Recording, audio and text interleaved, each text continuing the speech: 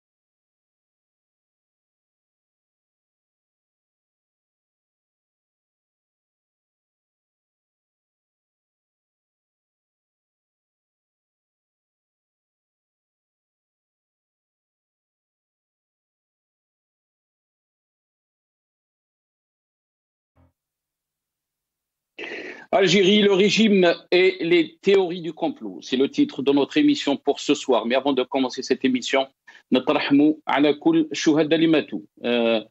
Paix à leur âme et courage bien sûr pour leur famille. Les matou في الكوفيد, les matou يعني à cause de ces incendies, mais aussi ربي يرحم جمال بن اسماعيل.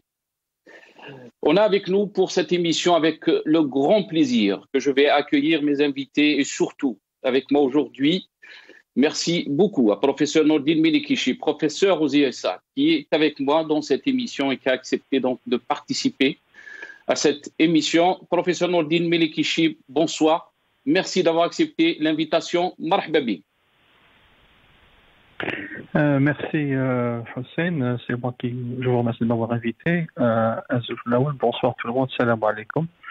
Et donc je suis vraiment honoré d'être avec vous et d'être avec vos invités ce soir. On est très honoré, professeur Nordine Melikichi, de vous avoir dans cette émission. On aura le plaisir aussi d'avoir Mohamed Khelfaoui, analyste sécuritaire, qui sera avec nous via Skype depuis Alger. C'est Mohamed Khelfaoui. Bonsoir, merci d'avoir accepté l'invitation. Marhaba bik. Bonsoir, c'est Nasser. Bonsoir à tout le monde, ceux qui participent et ceux qui nous suivent. Merci. Merci à vous. On aura aussi Nabila Ismail, avocate et militant des droits de l'homme. Elle sera avec nous depuis Tizi Ouzou. Ali Al-Askari, qui est ex-coordinateur du FFS depuis Alger. Karim Kebir, journaliste depuis Alger, qui sera avec nous aussi. Et Omar Mokhtar, militant politique depuis Tizi Ouzou. Professeur Nordine Melikichi, je vais commencer cette émission avec vous. Merci encore une fois d'avoir accepté cette invitation. Quel est votre sentiment par rapport à ce que vit notre pays? Je sais que vous êtes très loin, vous êtes aux USA, mais votre cœur y est en Algérie. Professeur Nordine Melikichi. Évidemment, mon cœur est en Algérie. Je pense comme tous les Algériens. Donc, nos racines sont en Algérie. Je pense qu'on soit aux États-Unis ou qu'on soit en France ou ailleurs, n'importe où sur cette planète, nos racines, une fois en Algérie, elles nous suivent et elles nous guident. Donc, vous dites vrai. Donc, l'Algérie vit en nous et nos cœurs battent au rythme de l'Algérie. Donc, voilà. Avant toute chose, j'aimerais moi aussi نترحم على كل اللي ماتوا هذو في الجزائر, que ce soit dû au Covid, que ce soit aux incendies, que ce soit autre chose, que ce soit aux accidents de la circulation. Faut pas les oublier. نترحم عليهم هذو كاع والله يرحمهم ويوسع عليهم. Et ثانيك باش يعطي الصبر لمواليهم et leurs familles, leur communauté, etc. Tous ceux qui sont autour d'eux. J'aimerais aussi exprimer mon respect, mon grand respect pour ce peuple algérien qui a montré encore une fois, si besoin, au monde entier, sa solidarité et son courage et sa dignité de vraiment se serrer les coudes et travailler ensemble. Je parle du peuple algérien aussi bien en Algérie qu'à l'étranger. L'esprit de solidarité qui existe est vraiment une leçon pour tout le monde, hein, je dis, voilà. Donc, respect à tous ceux qui font tout ce qu'ils peuvent pour aider l'Algérie, cette situation tragique, et respect aussi à ceux qui ne sont pas algériens, que ce soit des institutions ou autres qui nous aident. Maintenant, concernant mon sentiment sur ce qui se passe, évidemment, c'est une situation très triste, c'est une situation catastrophique, c'est une situation qui fait peur. Mais je pense que quand on a des situations comme ça, il faudrait s'arrêter un peu, regarder, analyser, essayer de comprendre comment on est arrivé là où on est. Et surtout, on va en parler peut-être dans cette émission, qu'est-ce qu'il faut faire pour en tirer des leçons et que les choses ne se répètent pas. Je ne parle pas uniquement des incendies, je ne parle pas uniquement du Covid, je parle de tout ce qui peut nuire au peuple algérien et qui est évitable. Donc, j'espère qu'on va en discuter. Oui, tout à fait, professeur Nordine, parce que vous venez de dire même ma prochaine question. Qu'est-ce qui nous a fait que nous sommes arrivés à ce point-là, Nordine Melikichi? On sait très bien que le peuple algérien, depuis 2019, s'est soulevé pacifiquement dans une révolution pacifique exemplaire au monde entier, qui a demandé donc le changement radical du système. Est-ce que vous pensez que cette politique du régime ou des pouvoirs successifs depuis 1962 sont responsables des conséquences que vit notre pays? Alors moi, je pense qu'il va falloir s'arrêter, réfléchir et se poser les bonnes questions. À mon avis, je ne donne qu'un avis uniquement avec les données que j'ai. Les données que j'ai et l'expérience que j'ai ayant vécu en Algérie, évidemment, et que je suis ce qui se passe en Algérie. Je pense que, pas tout, mais beaucoup de choses qui se passent aujourd'hui sont justement le résultat de la malgouvernance qu'on a eue depuis des années, une malgouvernance que tout le monde, bon pas tout le monde, que beaucoup de gens aujourd'hui critiquent. Mais en fait, il faut se poser la question, qu'est-ce qui a fait que cette malgouvernance existe? Qu'est-ce qui fait que cette malgouvernance a justement eu et continue d'avoir, à mon avis, pignon sur rue? C'est quoi justement? Pourquoi on y est là? Pourquoi on est comme ça? Et aussi, quand je dis qu'il faut se poser les bonnes questions, qui va se poser les bonnes questions? Comment on va se poser les bonnes questions? Qui va essayer de trouver les solutions à ces problèmes-là, à ces questions-là? Je ne suis pas politicien, je suis un scientifique, mais je pense que ces questions-là sont d'une gravité et d'une sévérité qui compte tellement pour tout ce qu'on veut faire en Algérie qu'il est très important de réfléchir paisiblement, ensemble, et essayer de trouver des solutions. Est-ce que vous pensez qu'il y a cette élite, il y a cette conscience politique chez le peuple algérien pour essayer de changer les choses pour le meilleur, bien sûr? On a vu cette conscience politique, on l'a constaté avec le Hirak. Moi, je pense que vous-même, vous avez participé à plusieurs marches. Est-ce que vous pensez que c'est un déclencheur pour les solutions politiques pour notre pays? Oui, absolument. Moi, je pense que le peuple algérien, encore une fois, quand je dis le peuple, je ne parle pas du peuple algérien uniquement qui est en Algérie, je parle tout le peuple algérien, là où il est sur cette planète, a déjà prouvé qu'il peut ensemble trouver une solution pacifique qui n'exclut personne et qui, justement, nous amènera à travailler ensemble. Je dis ensemble, je dis tout le monde, je dis bien tout le monde, toutes les institutions comprises, pour que, justement, on puisse sortir de façon pacifique, de façon civilisée, vers une autre Algérie vraiment nouvelle et qui soit justement acceptée par sinon tout le monde, mais au moins make sense, qui soit raisonnable. Je crois que le peuple, pour répondre à votre question, oui, il a déjà prouvé que ceci est possible et je l'espère bien, tant qu'il est encore temps. Est-ce que vous pensez aussi que qu'est-ce qui a fait, parce que je pense que vous l'avez dit dans votre réponse, qu'est-ce qui a fait que ce régime a duré tout ce temps alors que notre pays a vécu des tragédies, professeur Nordine Melekichi? On a vu ce qui s'est passé dans les années 80, dans les années 90. Pourquoi on n'a pas appris les leçons du passé? Ben là, vous posez une très bonne question. Ce n'est pas une question à laquelle on peut justement répondre en 5 ou 10 minutes ou en quelques minutes, mais c'est une question justement, à mon avis, qui devrait être posée, et posée par qui va y répondre, et voir comment ce qu'il faut faire pour que justement on change, non pas comme on l'a fait depuis des années de façade, mais qu'on change de point de vue fondamental pour qu'on reparte de manière pacifique encore une fois, et de manière paisible, raisonnable, et sage pour qu'on avance, pour qu'on puisse avancer. Je pense que c'est possible, je pense qu'on est tous des Algériens, cette Algérie nous appartient à tous, elle appartient à tout le monde, et je pense que c'est possible, mais on ne peut pas trouver, du moins moi je ne peux pas trouver une réponse comme ça du jour au lendemain à chacun de son côté, c'est pas possible, il faudrait discuter ensemble et essayer justement sagement de trouver des solutions. Je pense que pour répondre, je m'excuse si je vais ajouter quelque chose, je pense qu'il ne faut pas être prisonnier d'orthodoxie, il ne faut pas être prisonnier de choses qui n'ont pas marché. Il faut sortir de cette prison-là, il faut sortir et essayer de voir qu'est-ce qu'on peut faire ensemble, encore une fois. Vous voulez dire qu'il ne faut pas être prisonnier du passé, malgré qu'il y a eu des périodes très difficiles. Le monde a changé. Vous êtes aux États-Unis et on le voit bien sûr avec l'avancée technologique, cette jeunesse qui exprime aussi un désir de changement. Je voulais juste revenir, Nordine Melekichi, sur votre sentiment, sur cette solidarité qu'on a vue s'exprimer en Algérie dans cette semaine, les derniers jours, quand il y a eu les incendies un peu partout dans le pays, surtout dans la Kabylie.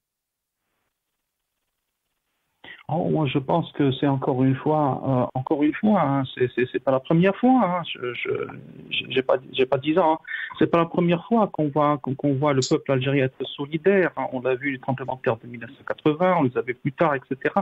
C'est à chaque fois qu'il y a justement un need, comment disais-je, un besoin, de prouver qu'on est tous voilà, un besoin de solidarité, et ben le peuple algérien a prouvé qu'il peut justement se donner la main dans la main.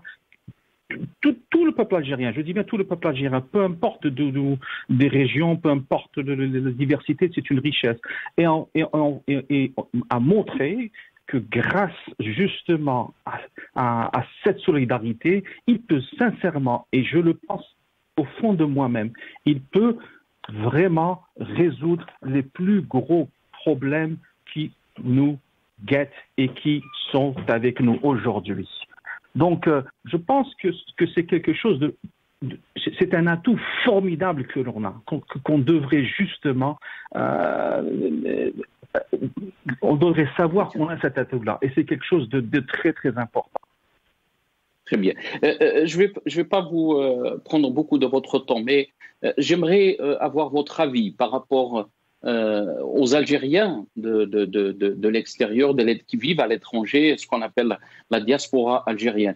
Le rôle de cette diaspora, on l'a vu par exemple dans le Hirak, son rôle qui était complémentaire par rapport au Hirak du pays, en Algérie. Mais aussi, est-ce que vous pensez que cette diaspora a été, si on peut dire, éloignée pour essayer donc de ramener cette expérience, son expérience qu'elle a gagnée à l'étranger pour essayer d'aider notre pays? Est-ce que vous pensez qu'elle a été écartée? Moi, je pense encore une fois qu'il y a des schémas qui existent et qui ont existé depuis que je suis jeune, mais je suis né en 58, donc j'ai pas 10 ans encore une fois. Il y a des schémas qui existent déjà, qui font que, exactement, la diaspora est écartée, d'une part. Mais il n'y a pas que la diaspora qui est écartée. Il y a aussi les Algériens qui vivent en Algérie, qui peuvent apporter un plus, qui le sont aussi, par ces schémas-là. Donc, cette distinction diaspora ou pas diaspora, moi, je pense encore une fois qu'il faut revoir le schéma par lequel on peut avancer, et ce schéma-là, justement, nécessite certains paramètres. Je ne suis pas politicien encore une fois, il y a des gens qui sont mieux placés que moi, mais si on ne peut pas justement avoir une liberté de pensée, une liberté d'expression, une liberté de proposition, des données qui sont réelles et non pas des données qui sont fausses, on ne peut pas justement faire une analyse qui puisse nous faire avancer. La science, comme vous le savez aujourd'hui, c'est ce qui différencie la science et la technologie, les pays qui sont développés des pays qui ne le sont pas. Et si justement, avec aujourd'hui, on n'arrive pas à trouver le moyen de faire activer toute cette richesse que l'on a, aussi bien scientifique, et quand je parle de scientifique, je parle de sciences humaines aussi, de sociologie, d'économie, tout ça qui existe, aussi bien en Algérie que chez nous, que dans la diaspora, je pense qu'on a encore une fois, on rate le coche, on laisse un atout principal de côté. Si on peut parler sur les perspectives, professeur Nourdine Melikichi, comment vous les voyez? Est-ce que est-ce que vous avez de l'espoir que les choses vont changer pour le meilleur? Vous parlez à quelqu'un qui a toujours de l'espoir. Donc ça, moi, je ne vais pas changer. Donc j'ai toujours de l'espoir pour mon pays, parce que je crois qu'on est un pays qui, depuis des millénaires, a vraiment vécu des périodes très, très difficiles, et à chaque fois s'en sort. Donc je pense que l'histoire montre qu'on peut s'en sortir, mais seulement, encore une fois, il faudrait qu'on réalise qu'il faut se poser les bonnes questions, qu'il faut justement aller au fond des choses, et il ne faut pas avoir peur de sortir des schémas classiques qui ont montré déjà leurs limites. Et quand je dis ça, je dis qu'il y a aussi des préalables, la liberté d'expression, la liberté de se regrouper, de discuter, elle doit être un acquis Point. Pas autre chose. Donc, mais ceci dit, je reste je garde espoir, mais je garde espoir tout en étant actif. Il faudrait justement continuer de se parler et d'essayer de trouver des solutions ensemble. C'est pas une personne qui va trouver des solutions, c'est pas un groupe de personnes qui va trouver des solutions, mais en discutant ensemble. Merci beaucoup, professeur Nourdine Melekichi. Merci d'avoir accepté l'invitation. Merci pour votre temps. Yatik Saha, barakallahu fi. Je vais donner la parole à Mohamed Khelfaoui qui est avec nous aussi. Mohamed Khelfaoui, bonsoir encore une fois. Merci d'avoir accepté l'invitation. J'aimerais aussi entendre votre sentiment par rapport aux incendies qu'a vécu notre pays, par rapport à ces catastrophes. Quel est votre sentiment, Mohamed Khelfaoui? Le constat le plus rapide, c'est encore une fois, les Algériens ont montré, malgré ce qu'on dit ici et là, ou on les accuse de ce qu'ils ne sont pas, il a montré donc encore une fois l'unicité de la nation, cette union qui les a fait voler au secours de leurs frères en Kabylie ou ailleurs. Ils l'ont fait également contre la pandémie du Covid-19, aussi bien la diaspora qu'à l'intérieur. Et donc, voilà encore une fois, on a entendu les déclarations des uns et des autres, en particulier le père de la victime de Slimani. Et la première conclusion, la première chose qui apparaît, qui s'impose, c'est l'unité nationale, la relation très ancienne par ailleurs, entre le peuple, entre les régions, et ça, donc, qu'on s'arrête de nous dire le message bil wahda al-watani, etc. Le peuple, avant ces deux événements, le Hirak lui-même l'avait entériné lorsqu'il a appelé à la fraternité de tous, et il savait ce qu'il faisait. Donc c'est très fort, c'est très important, mais je souhaite, je l'espère, que ce que nous vivons ici, ces drames successifs, ne doivent pas être oubliés ou être classés dans les archives de la mauvaise histoire. On souhaiterait qu'ils soient exploités, que la disparition du jeune Jabal serve à quelque chose, comme ce genre de disparition ont servi ailleurs. Je me suis rappelé le jeune Tunisien qui s'est... Bouazizi. Voilà. Le déclencheur donc, de la révolution du jasmin en Tunisie. C'est ça. Donc, il y a autant d'éléments positifs dans cette détresse, dans ce sinistre, autant d'éléments positifs, prometteurs, et certainement, sans doute, les oliviers, les champs kabyles, l'Ouarchenis, ou le Djurjura, ou les Aurès, là où le feu a été, renaîtront de leurs cendres comme ils l'ont fait tout le temps depuis notre longue histoire. À nous de tirer des conclusions, aux responsables d'essayer de changer leur approche ou arrêter de considérer que le peuple n'est pas tout à fait organisé pour espérer autre chose, dans le sens d'évolution, d'ouverture, etc. Considérer que ce peuple est mature, que les choses ont changé, que les temps ont changé, les relations ont changé, les générations ont changé. Le peuple est très, très vif, peuple très conscient, et il mérite une reconnaissance telle qu'il la demande. Très bien. Restez avec nous, Mohamed Khelfaoui. On va revenir aussi sur d'autres questions. Surtout dans votre expertise, parce qu'on parle de complot. Le pouvoir parle de complot donc par rapport à ces incendies. Mais on a avec nous Nabil Esmaïl qui est avec nous depuis Tizi Ouzou, avocat et militant des droits de l'homme. Nabil Esmaïl, bonsoir. Merci d'avoir accepté l'invitation. Merci à vous de m'avoir invité. Merci beaucoup, Nabil Ismail. Nabil Ismail, je sais que vous vous êtes déplacé un peu partout en Kabylie. Vous avez constaté un peu les dégâts et l'ampleur de la situation. Qu'est-ce qu'on peut dire, Nabil Ismail, sur ce que vous avez vu? Ce que je ne pourrais jamais assez dire de ce que j'ai vu, mais je pourrais simplement dire qu'un génocide a été commis en Kabylie dans le sens où les incendies n'ont épargné ni les vies humaines, ni les cheptels, ni la végétation, ni la seule richesse de la Kabylie, qui est bien sûr l'olivier et tout ce qui peut représenter comme patrimoine. Je ne peux pas vous décrire le désastre, je ne peux pas vous décrire l'ampleur du désastre, je ne peux pas vous décrire la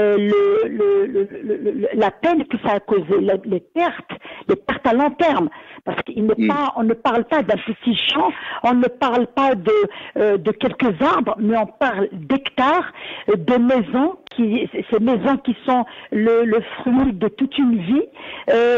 Vous connaissez très très bien la valeur des maisons en Kabylie, dans les montagnes. Vous savez très très bien dans quelles conditions ces bâtisses ont été faites. Vous savez très très bien que cette région a toujours bâti ces maisons avec les moyens qu'ils ont, et que c'est l'une des seules wilayas qui n'a pas été prise en charge par le logement, chose qui s'est faite qu'il y a quelques années de ça.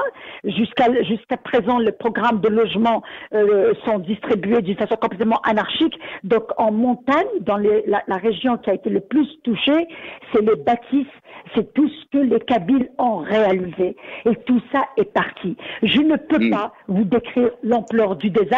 On a parlé d'une situation apocalyptique, Nabil Ismail, beaucoup de récits, et on a entendu ce mot qui revenait souvent dans les récits des habitants d'une situation apocalyptique. Wallah al-Adim Nasser, on était sur les lieux, on acheminait des aides vers les villages qui étaient les plus endeuillés et les plus ravagés. Je vous donne ma parole d'honneur qu'on a été pris dans le feu, notamment à Zouza, à Benidouala, à Etiani. On a été pris dans le feu.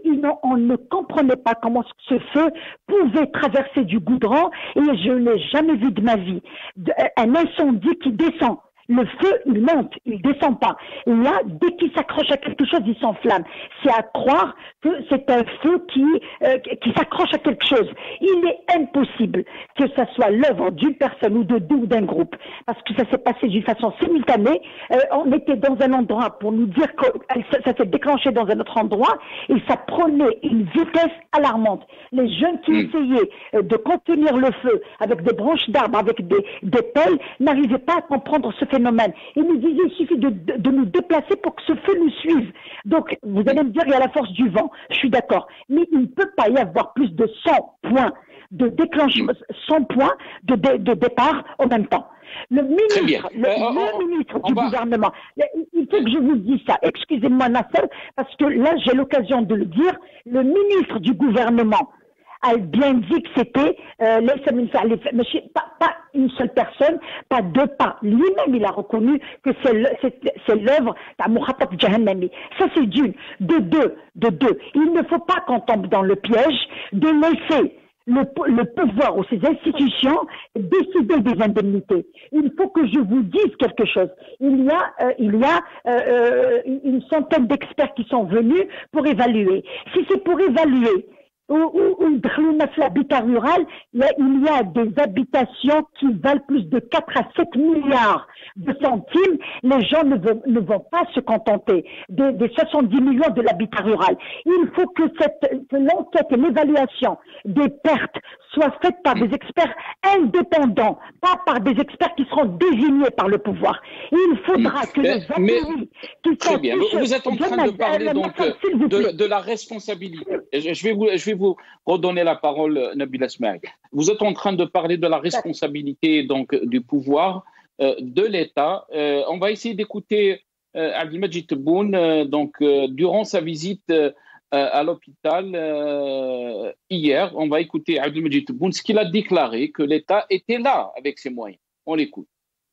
الشيء اللي فتوا معاه والشيء اللي فاتت معاه الجزائر في هالمصاب هذا اللي تصابينا به ما هوش سهل.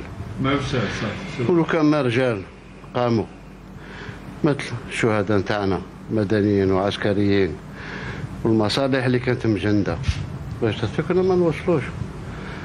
الحمد لله على كل شيء. الحمد لله. الحمد لله. المهم يخص المورال. Le moral, c'est bon. Il faut garder le moral. Il faut garder, bien sûr. Garder le moral. L'État est là. Il n'abandonnera aucun de ses enfants. Inch'Allah. Dans n'importe quelle situation. لا لا واجب. Maintenant, Nabil Ismail Tebboune déclare l'État est là, il faut garder le moral. Juste pour préciser, parce qu'on a essayé de comprendre cette question de perte des militaires, mais aussi des civils, on est arrivé à une conclusion que les militaires, c'était un poste avancé de l'armée et qu'ils n'avaient pas les moyens, ils ne se sont pas déplacés pour faire face aux incendies, mais ils étaient là, surpris par les incendies et ils n'avaient pas les moyens donc de faire face. Juste pour clarifier ça. L'État est là, il faut avoir le moral. Nabil Ismail. Nasser, d'abord on ترحم على tout le monde, militaires, civils, tout le monde, tous ceux qui ont péri dans ce drame, نترحم عليهم. ولاد الجزائر ولاد un seul pays, une seule Algérie, unie et indivisible. Donc أنا كي نسمع l'État est là. Est-ce que l'État était là vu le manque d'oxygène? Est-ce que l'État était là pour qu'il n'y ait pas pénurie d'eau, pour que la population puisse, un temps soit peu, répondre ou essayer d'atténuer ça? Même le Marrakech, est-ce que l'État est là pour enlever la bureaucratie qui s'est installée même dans la division et la répartition des dons? Est-ce que l'État est là pour que les institutions Kadoula qui sont les nôtres récupèrent ou essayent de contrôler des dons de population? C'est des dons à la population, ils n'ont pas le droit de chercher à les contrôler ou à les distribuer. أنا تجيني قافلة معين دفلة عنده une destination تروح وين جاية؟ تروح توصل directement dans les villages et dans les communes qui sont touchées. Et elle n'a pas à être orientée. Ou la bureaucratie, dire accusé de réception, dire décharge, dire la bureaucratie a tué l'Algérie et elle est en train de tuer les Algériens. Je ne peux pas. L'État, c'est le peuple. Les institutions de l'État qui devaient être au service du peuple ont été défaillantes. Que le poste avancé, que les militaires brûlent vifs. Ils ont été brûlés vifs. Ils ont été rattrapés par les incendies. Restez avec nous, Nabil Ismail. Restez avec nous, je vais revenir à vous. Je vais poser la même question à Mohamed Khelfaoui. En tant qu'expert sécuritaire, on a constaté les dires des citoyens qui n'avaient pas les moyens, que l'État n'était pas là pour donc faire face à ces catastrophes. Quand Tebboune déclare que l'État est là et qu'il faut avoir le moral, les Algériens vraiment, on peut dire, se frottent la tête, ils se disent dans quel pays il vit Abdelmajid Tebboune. Oui, l'expression l'État est là. Bon, les institutions sont là. On aurait aimé voir les moyens que l'État déploie. Parce que c'est avec ça qu'on voit l'État. L'État est quelque chose d'abstrait, c'est un ensemble de structures. Donc, on aurait aimé qu'il y ait un État pour vraiment se pencher sur les problèmes de la nation. Depuis le temps, à propos, par exemple, des Canadaires, la question a été soulevée il y a au moins 6 ans. Il y a au moins 6 ans par la protection civile. Et je me rappelle mon intervention sur ce sujet, il y a 6 ans, et rien n'a été fait. La même chose, la terre a brûlé Et les gens ont appelé, mais rien n'a Absolument. été fait. C'est Mohamed, معليش خلينا برك نسمعوا parce qu'on vient de me souffler à l'oreillette qu'on a donc une vidéo qui met en valeur ce qu'on est en train de dire. C'est les déclarations d'Abdelmajid Tebboune toujours. On écoute Abdelmajid Tebboune et je reviens à vous. C'est Mohamed Khelfa.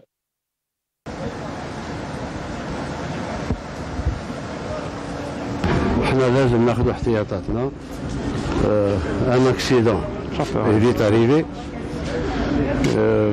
الشيء اللي عشناه مؤسف، ولكن اعطانا درس باش ما نتكلوا الا على رواحنا. على رواحتنا وان شاء الله الجزائر تتوقف سيد الرئيس ان شاء الله في اقرب ما وقت كاش اللي يطيح ان شاء الله برجالها ولا ما طيح منا على الصيف الجاي. ان شاء الله on va réfléchir à un hôpital تاع لي غران برولي ان شاء الله de normes internationales. ان شاء الله يكون عندنا لي زافيون تاعنا لي كنادير، نكونوا خدينا كاع احتياطاتنا باش في ظروف صعبه كما اللي عشناها نقوموا بنفوسنا وحدنا. سي محمد خلفاوي، سمعت يعني vous avez écouté Abdelmajid Tebboune les déclarations ناخذوا احتياطنا، on va acheter des canadaires, on va essayer de construire donc un très grand hôpital aux normes internationales. Alors lui qui déclarait il y a quelques mois que l'Algérie avait l'un des meilleurs secteurs sanitaires en Afrique, et on dit que la politique c'est l'art de prévoir. Notre pays a passé les incendies, c'est pas une nouvelle chose qu'on a eu des incendies l'été. On a vu le cas de Khenchela très il y a pas longtemps. Qu'est-ce qu'on peut dire par rapport à ces déclarations, Mohamed Khelfa? Oui, là, le président Tebboune, il parle en quelqu'un qui réagit. Non pas qui planifie, mais qui réagit. Comme il réagit donc par rapport aux hôpitaux, et donc c'est un aveu, mais très déclaré, que les hôpitaux ne sont pas aux normes voulues. Et il parle des canadaires, c'est encore une réaction. Maintenant, ce discours-là, il l'oriente vers qui? Pourquoi ces petites phrases sont diffusées? Là aussi, c'est accablant. C'est comme si, maintenant on va commencer. Non, c'est une politique, c'est un comportement. Et je crois qu'il y a soit un manque de volonté, je ne dirais pas de mauvaise volonté, un manque de volonté, soit qu'il y a incompétence dans les secteurs concernés, quoique pour ce qui est la protection civile, je témoigne, tous ceux qui sont là, qui interviennent aujourd'hui, certainement ont remarqué, se rappellent de la sortie de la protection civile ici à Alger et leurs revendications. Bon, donc le peuple appelle, certaines structures appellent et attirent l'attention sur le manque et l'incapacité des institutions à répondre, surtout au cas d'urgence. Surtout au cas d'urgence. Aujourd'hui, vous savez, l'oxygène, il va pas nous dire que l'oxygène c'est quelque chose de fondamental et quelque chose qui n'est pas terriblement technologique. Et voilà, nous avons manqué et des gens sont morts par manque d'oxygène. On réagit, on va acheter, on va faire des usines. Bon, même les canadaires, on va acheter 6 ou 8 canadaires. On veut bien, c'est toujours bon. C'est jamais trop tard pour bien faire. Mais on a parlé même pendant la campagne électorale, Mohamed, si vous vous rappelez, on a parlé même d'un TGV nord-sud, de Alger à Tamanrasset. On va essayer d'écouter encore un passage de sa visite, la visite d'Abdelmajid Tebboune à l'hôpital de Douira et l'hôpital aussi de Ain Nadja. Ce qu'il a déclaré, je pense, mais avant d'écouter cette vidéo, on va essayer de passer on a parlé de la théorie du complot, Mohamed Khelfaoui. Cette thèse a été avancée très rapidement, alors que normalement, on doit rester vigilant par rapport et ouvert à toutes les thèses. On ne peut pas comme ça dire que c'est un complot. On l'a vu avec l'eau, avec l'oxygène, avec la liquidité, la liquidité, le manque de liquidité. On a tout le temps brandé donc les théories du complot. On regarde ces images et je reviendrai à mes invités.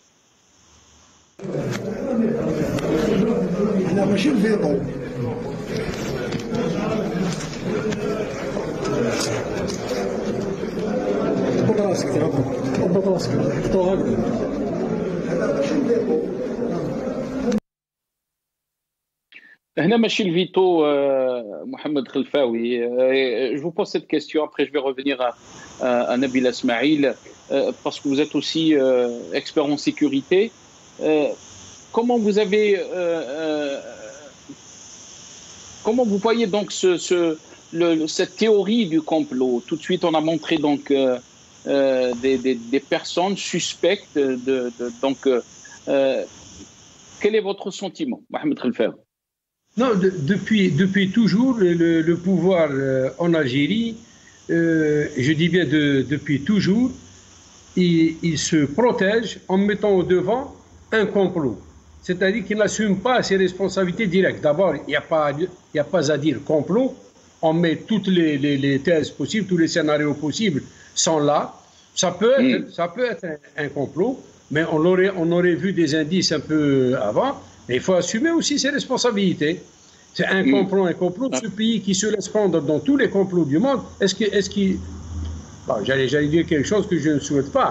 Mais enfin, nous avons des structures. La question, peut-être, je vais la dire, si Mohamed Khelfaoui, la question qui se pose les Algériens, est-ce qu'on a les services de sécurité, les services de renseignement, eux qui, on les a vus quand il y a un hirakiste, quand ils veulent le suivre ou l'arrêter, ils n'ont pas de moyens. Il n'y a pas que des services de sécurité, de cette sécurité active, armée. Nous avons une diplomatie qui elle, éloigne le danger avant qu'il n'arrive, qui fait ses analyses de menaces réelles ou supposées. Nous avons un ministère de l'Intérieur, nous avons un ministère de la Défense nationale, nous avons des services de contre-espionnage, des services de lutte antiterroriste, etc., etc. Il y a tout ça. Et ensuite, vous me dites, nous sommes victimes de complots.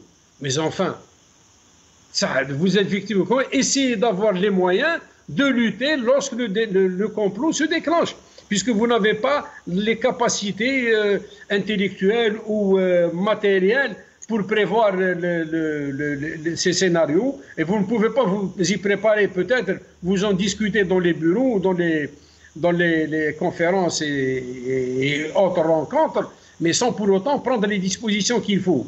Pourquoi vit-on ce cauchemar? Et depuis longtemps, je me rappelle certaines phases que nous avons passées au fil du temps depuis que j'étais enfant. Il y a toujours le complot, il y a toujours la main de l'étranger, il y a toujours au sein de la population, des gens qui travaillent pour l'autre. Mais ces gens qui travaillent pour l'autre, ramassez-les pour que vous les laissez. Vous avez des gens qui ont pillé le pays. Vous avez des dossiers au fur et à mesure qu'ils volent, qu'ils signent des contrats, qu'ils investissent ailleurs. Il y a même des généraux en fuite. Comme, oui, les généraux et les ministres, et tout le monde. Je parle de tous ces gens-là. Pourquoi vous ne les avez pas arrêtés au premier dossier, à la première feuille?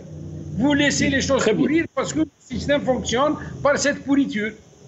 Il est grand temps maintenant qu'on s'arrête. Ce n'est pas qu'il est grand temps d'acheter des Canadair ou des gens, il est grand temps de revoir notre système de gestion parce qu'il est catastrophique et voilà, nous le vivons de plus en plus. Très bien, restez avec nous, Mohamed Khelfaoui. Je vais juste donner la parole à mon invité Karim Kbir, qui est avec nous, journaliste, qui est avec nous depuis Alger. Karim Kbir, bonsoir. Merci d'avoir accepté l'invitation. Marhaba bik, Karim. Azul fillah.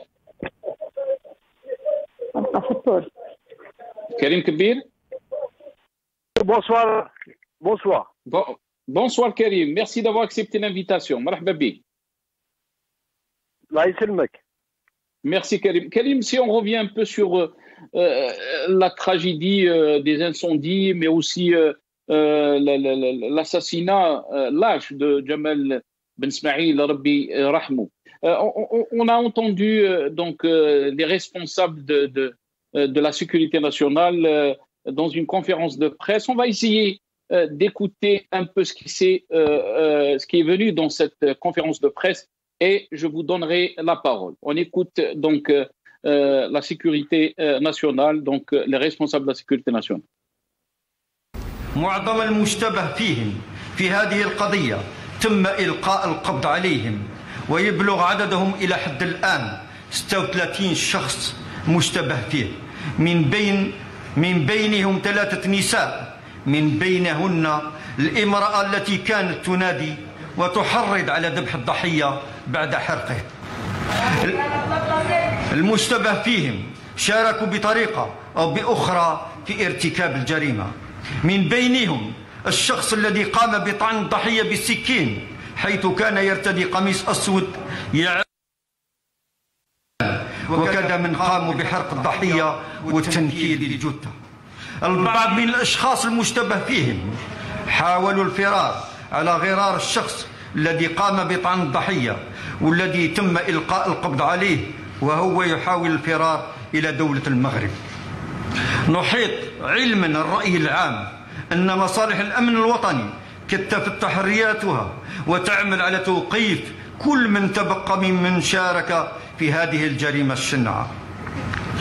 فيما يخص عدم استعمال قوات الشرطة لطلقات تحذيرية، تساءل الرأي العام عن عدم اللجوء قوات الشرطة إلى استعمال طلقات تحذيرية خلال تواجدها في مواجهة الحشد الكبير.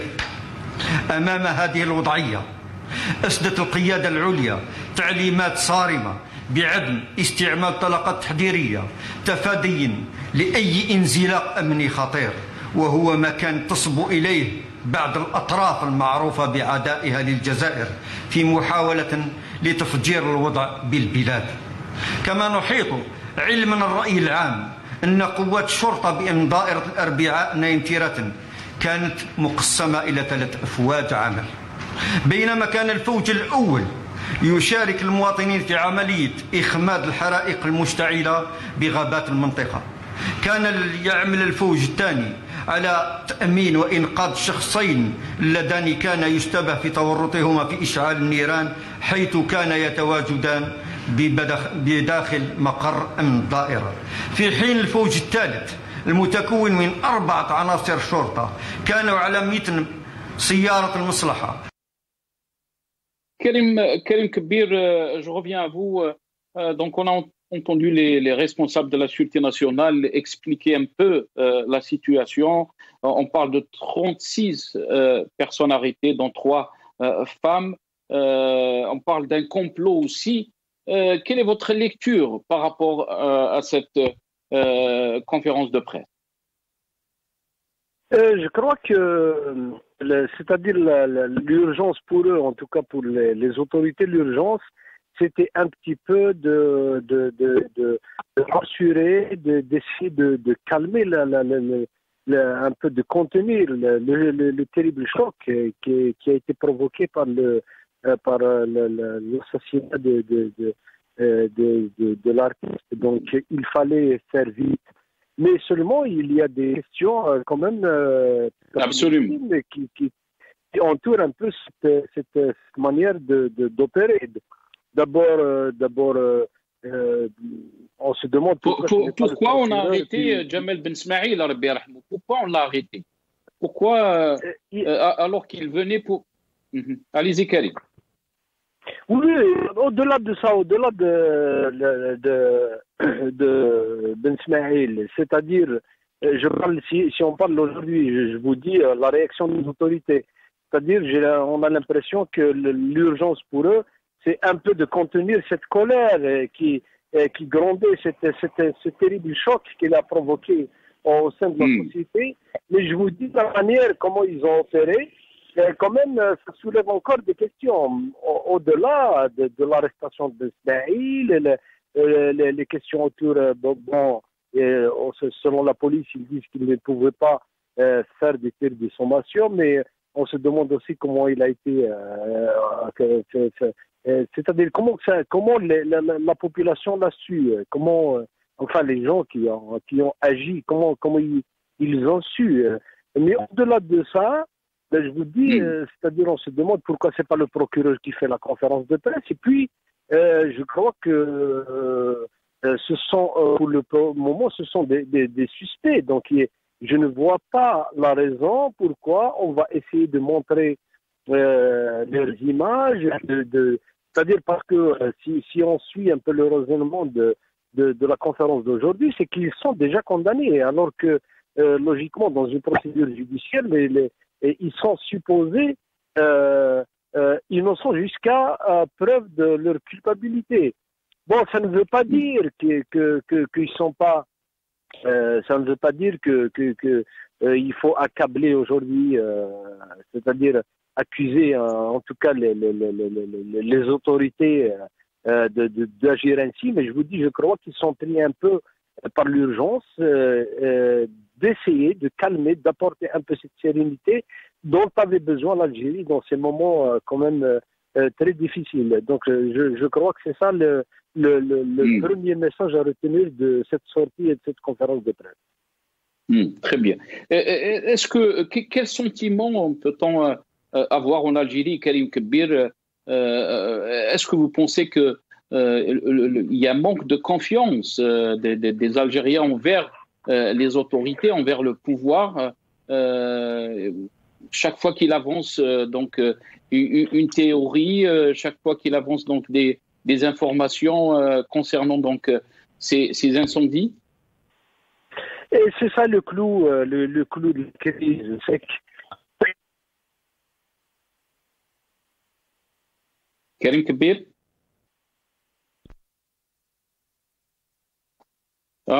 On me dit qu'on a perdu Karim Kebir, on va essayer de l'avoir encore une fois.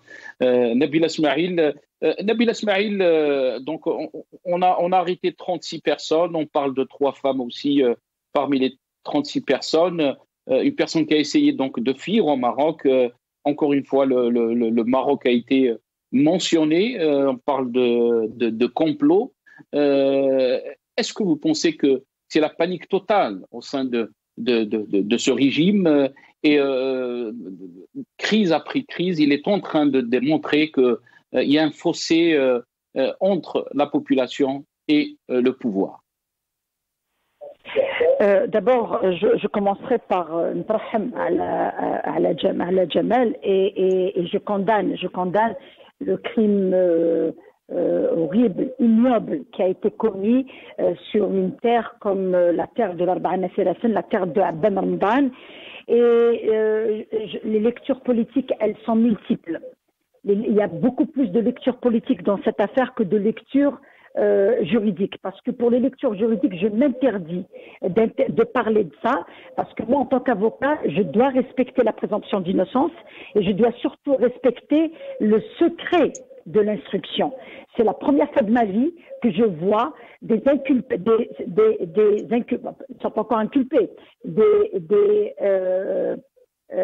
présumés accusés ou des présumés coupables.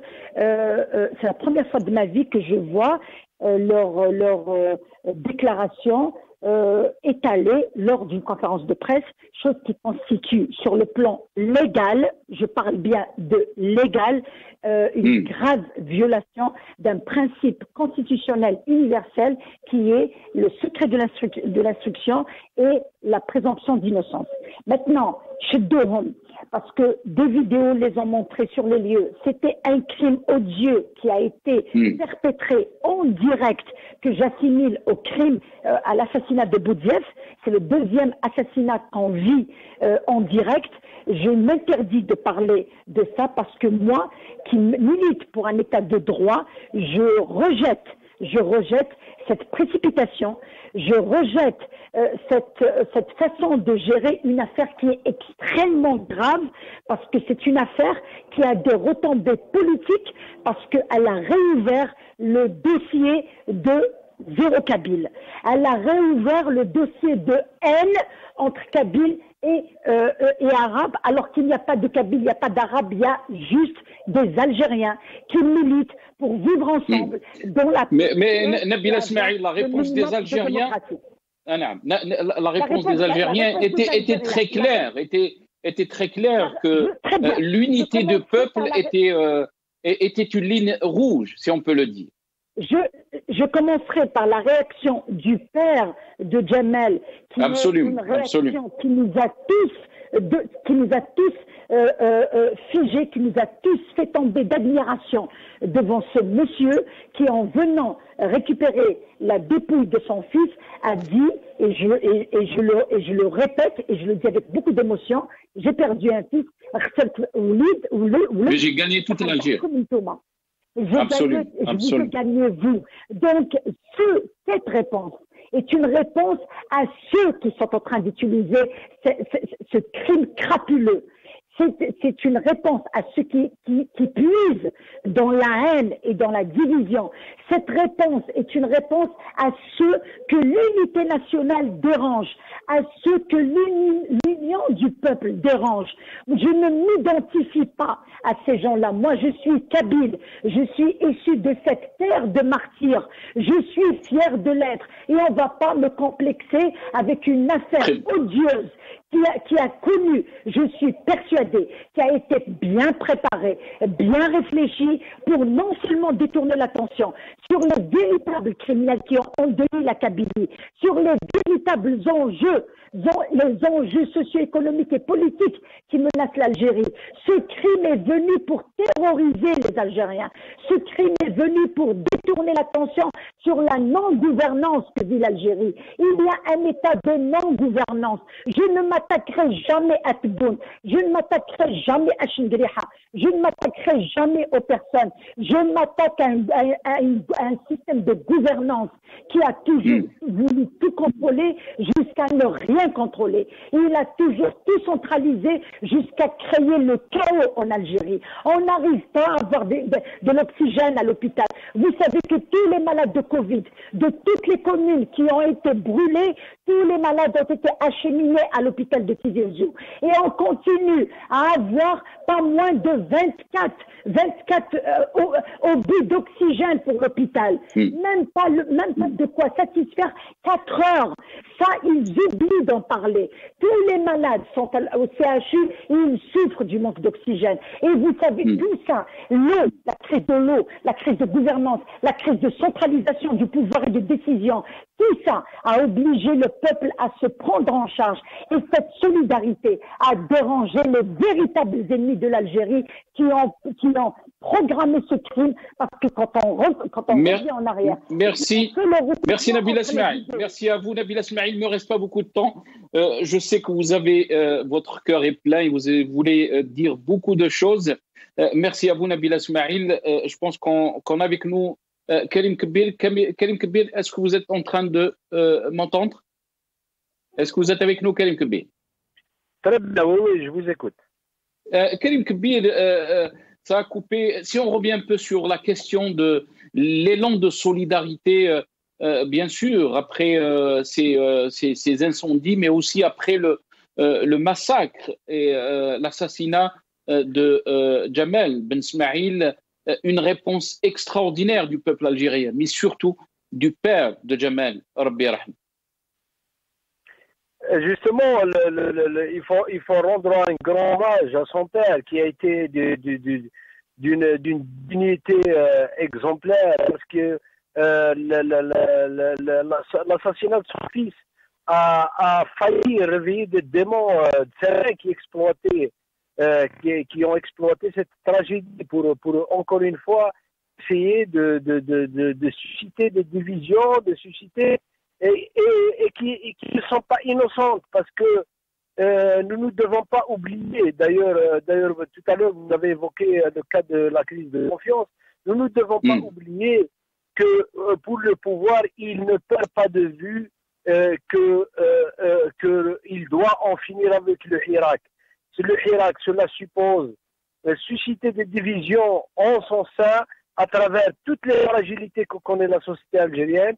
Donc, il a ce qu'on appelle ces mouches électroniques qui étaient là pour essayer d'alimenter un peu des divisions et de susciter alors qu'au moment, justement, vous l'évoquez, Nassar, il y avait un formidable élan de solidarité extraordinaire qui s'est exprimé chez le peuple algérien, qui a montré un sens inouï de maturité et qui a prouvé encore une fois que l'esprit de Hira qui était là, il était présent. Mais il y a des forces, malheureusement, il y a des forces qui ne veulent pas de cette union, qui ne veulent pas que les Algériens se rencontrent, qui ne veulent pas que les Algériens discutent entre eux, essaient d'imaginer une solution à la mesure des ambitions de ce grand pays. Parce que nous avons un grand pays, mais nous avons de petites ambitions, et malheureusement, nous n'avons pas au niveau du pouvoir des hommes assez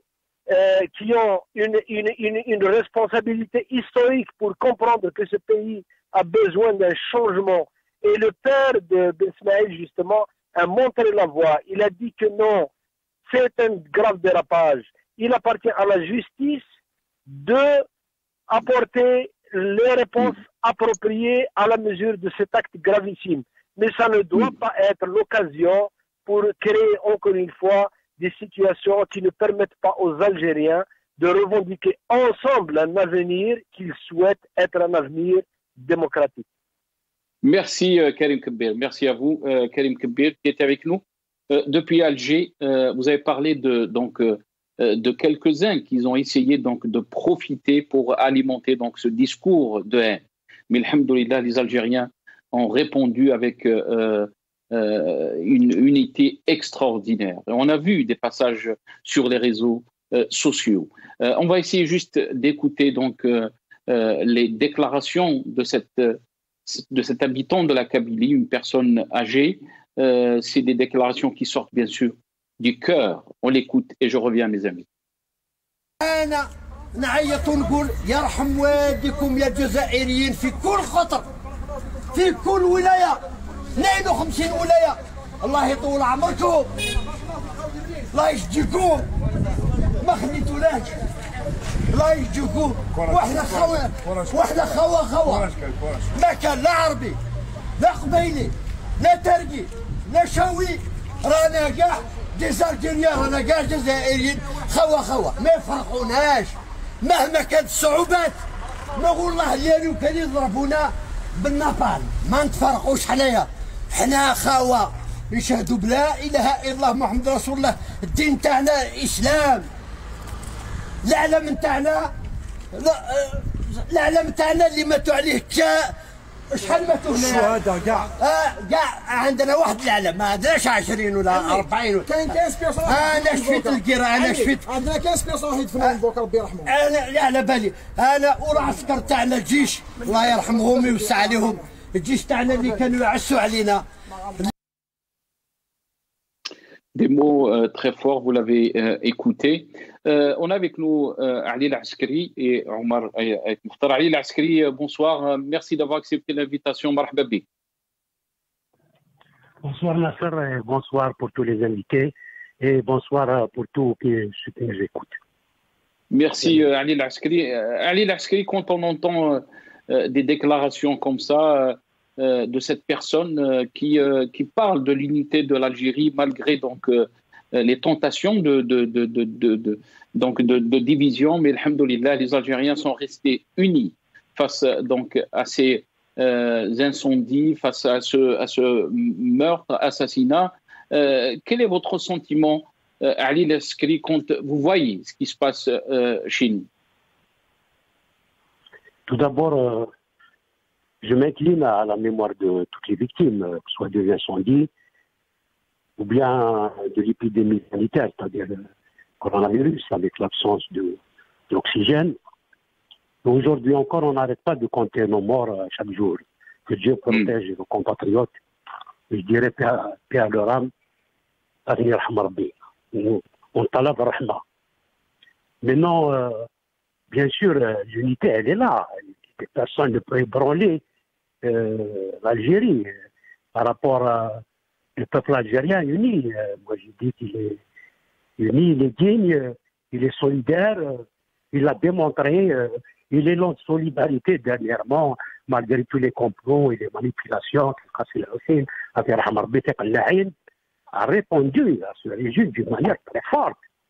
Lorsque l'élan et le sursaut s'est fait au niveau de toutes les régions du pays pour venir vers la Kabylie et dire ça suffit à tous ces complots-là.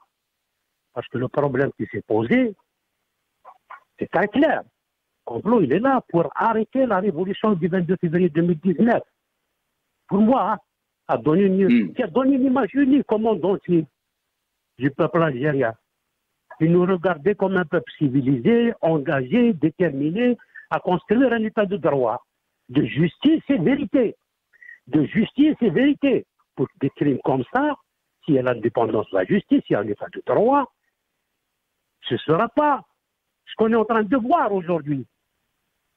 Et aujourd'hui, on est détournés tous sur ce crime barbare. Alors qu'on devait faire de la politique, éviter le vide politique, réhabiliter le politique et discuter, faire des analyses très claires pour notre pays pour pouvoir sortir de la crise politique que nous vivons, des crises économiques, sociales et autres. Donc moi je dirais, aujourd'hui on n'est pas dans un état de droit pour aller à la vérité et à la justice. On n'est pas dans les libertés et la démocratie. Donc, je dirais, on a une autre image aujourd'hui, encore une fois, parce qu'ils ont échoué dans leur feuille de route. Donc, il y a une autre image qui a fait le tour du monde entier afin de ternir l'image d'un peuple pacifique. Mais ils n'ont pas réussi. Malgré le summum, la barbarie qui a été atteinte. Absolument rien ne doit justifier cet acte. Mais attention, il ne revêt pas de nos valeurs, nos principes communautaires et ancestrales. Quel que soit ce qui se passe au niveau de cette localité, je la valide direct. Pour la diaboliser aujourd'hui, alors qu'elle a donné des martyrs pour la liberté de l'Algérie et gloire à nos grands martyrs de cette région et de toutes les régions du pays. Donc le complot, et les manipulations ne vont pas réussir. C'est ça le plus important aujourd'hui et la réponse a été donnée. Et très bien, restez avec nous. S'il vous plaît. Restez avec nous, Ali Lask. Allez-y, très rapidement, Ali Lask, parce qu'il ne me reste pas beaucoup de temps. Allez-y. C'est vrai que vous ne m'avez pas donné la parole rapidement, mais je dirais ceux qui ont programmé le vide politique d'abord, qui ont neutralisé le multipartisme en Algérie, et qui ont neutralisé les partis politiques, la société civile, celle qui a répondu aujourd'hui dans un élan de silence, celle qui était dans la rue, pacifiquement,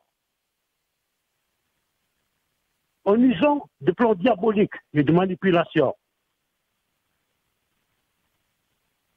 ont réussi à provoquer cet acte barbare afin de casser l'élan d'un peuple pacifique et uni.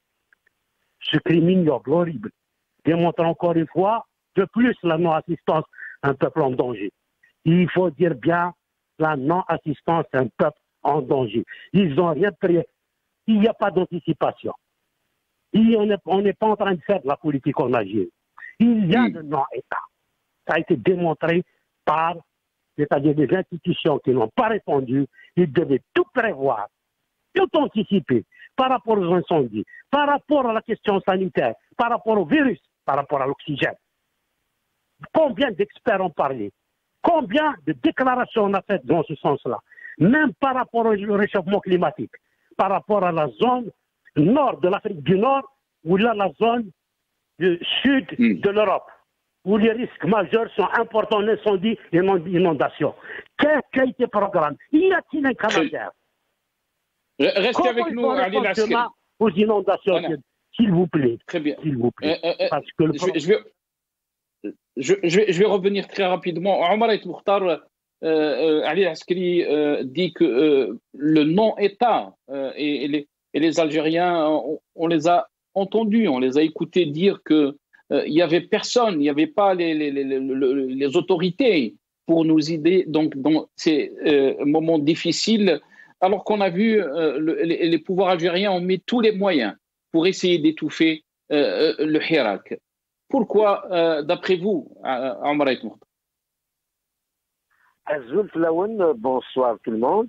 Écoutez, Bonsoir. Nous sommes devant une tragédie nationale. Le moment doit être au recueillement.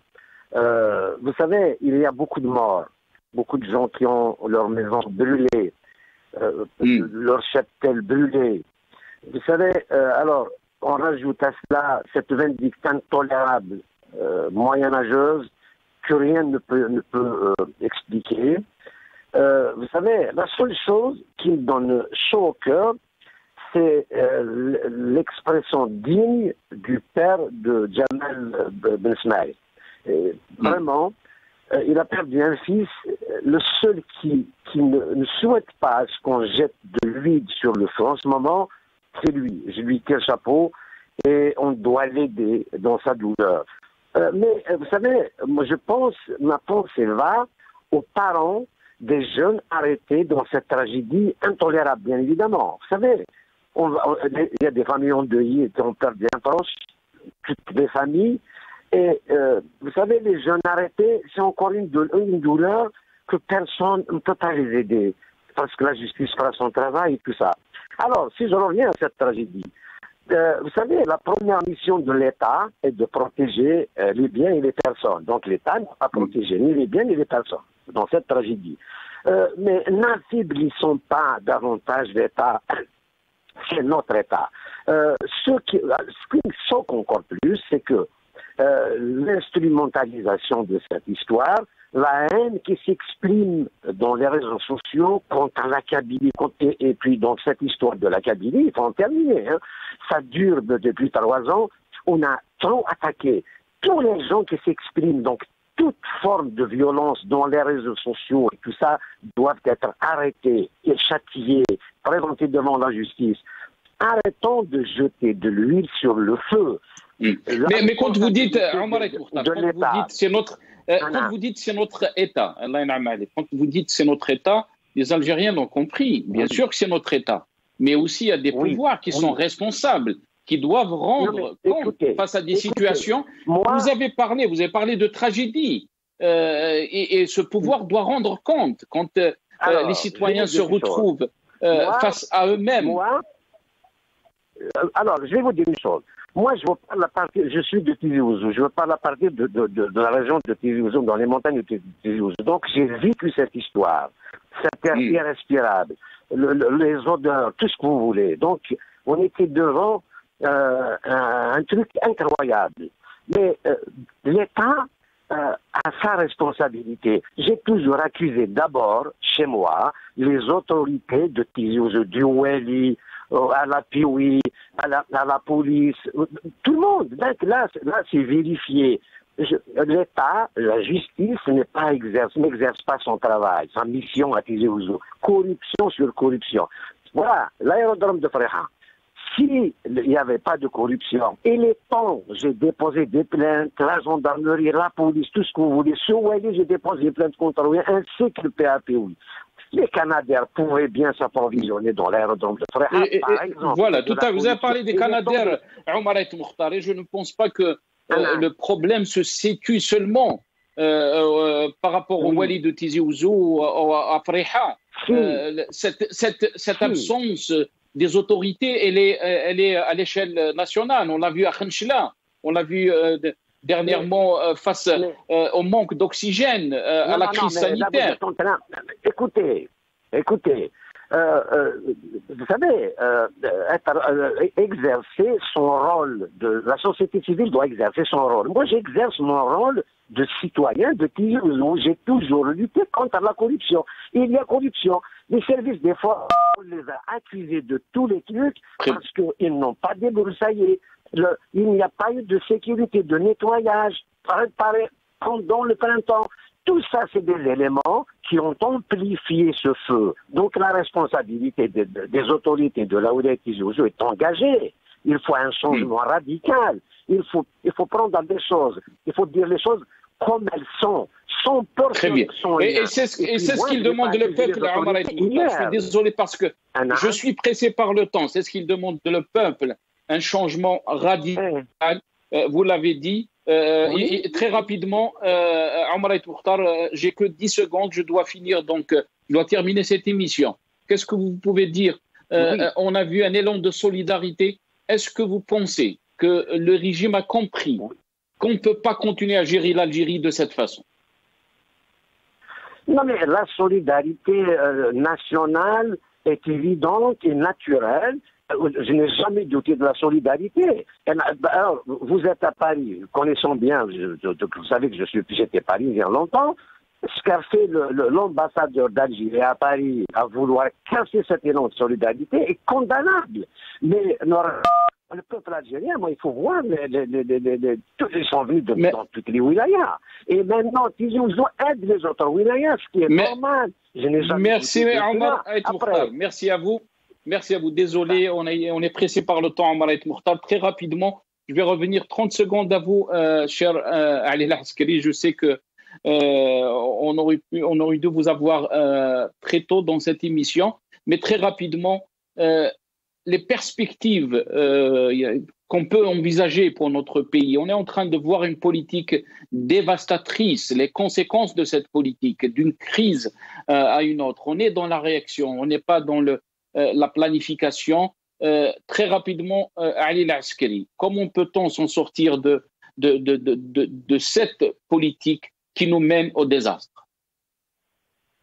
Moi, j'ai dit au départ, c'est-à-dire, je n'ai pas terminé par rapport à votre question, au départ par rapport justement à l'unité du peuple algérien. Mais j'ai dit aussi que sans la réhabilitation du politique neutralisé par le régime, on se dirige droit vers le non-État et le chaos. Donc on doit sortir de ça. Il faut réhabiliter le politique, il faut revenir au dialogue, il faut ouvrir.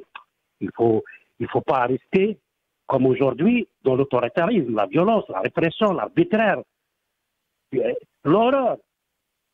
Ce n'est pas la solution. Donc c'est l'état de droit civil et démocratique, comme on l'a tout le temps dit, comme on l'a dit lors de la Révolution pacifique, bien sûr, tolérant, transparent et dont la voie de la sagesse doit primer. Je suis tout à fait d'accord. Mais il faut revenir au dialogue. Merci Ali El-Askari. Il faut revenir au dialogue, il faut réhabiliter le politique. Mohamed Khelfaoui, très rapidement, 30 secondes s'il vous plaît. La crise est avant tout politique. Toutes les crises qu'on est en train de voir, leur source est politique. Il faut tirer les conclusions. Voilà, puisqu'on parlait tout à l'heure de ce qui se passe sur les réseaux sociaux, etc. Il faut dire aussi que le pouvoir ou un certain pouvoir n'a jamais raté une occasion pour justement semer la haine contre une partie de notre peuple. Et là, voici les conséquences, entre autres, une partie des conséquences. La deuxième chose, c'est que je regardais un peu la déclaration de la DGSN, porte-parole, je suppose, de la DGSN, et que je m'attendais à voir des conclusions d'enquête. Voici que nous avons eu droit à l'interprétation ou à une réaction à partir des vidéos que nous avons tous vues à travers les réseaux sociaux. Et voilà, encore une fois, Facebook n'est pas toujours inutile. S'il n'y avait pas ces vidéos, je ne sais pas qu'est-ce qu'on aurait pu faire. Peut-être, ils ont d'autres moyens. Mais ce qui a été constaté, c'est ça. La deuxième remarque, c'est que l'improvisation du président de la République, de ses discours, là, il arrive, on va acheter ceci, on va faire cela. Mais s'il vous plaît, l'État fonctionne à travers des planifications. On souhaiterait quand même une amélioration de tout ça, de ces discours et autres interventions. Nous souhaitons donc une planification. La sécurité, la sécurité, si on veut sécuriser, si vous voulez, le pays, il faut pouvoir impliquer le peuple. C'est-à-dire la société civile qui est la base de la nation. La nation, c'est interne. La base de l'État, c'est la société civile. La base de l'État, c'est la société civile. Impliqué dans un État de droit. Dans un État de droit. Merci beaucoup à vous. Je m'excuse, on est arrivé, on a dépassé le temps de l'émission. Et je remercie tous mes invités. Merci à vous d'avoir suivi cette émission.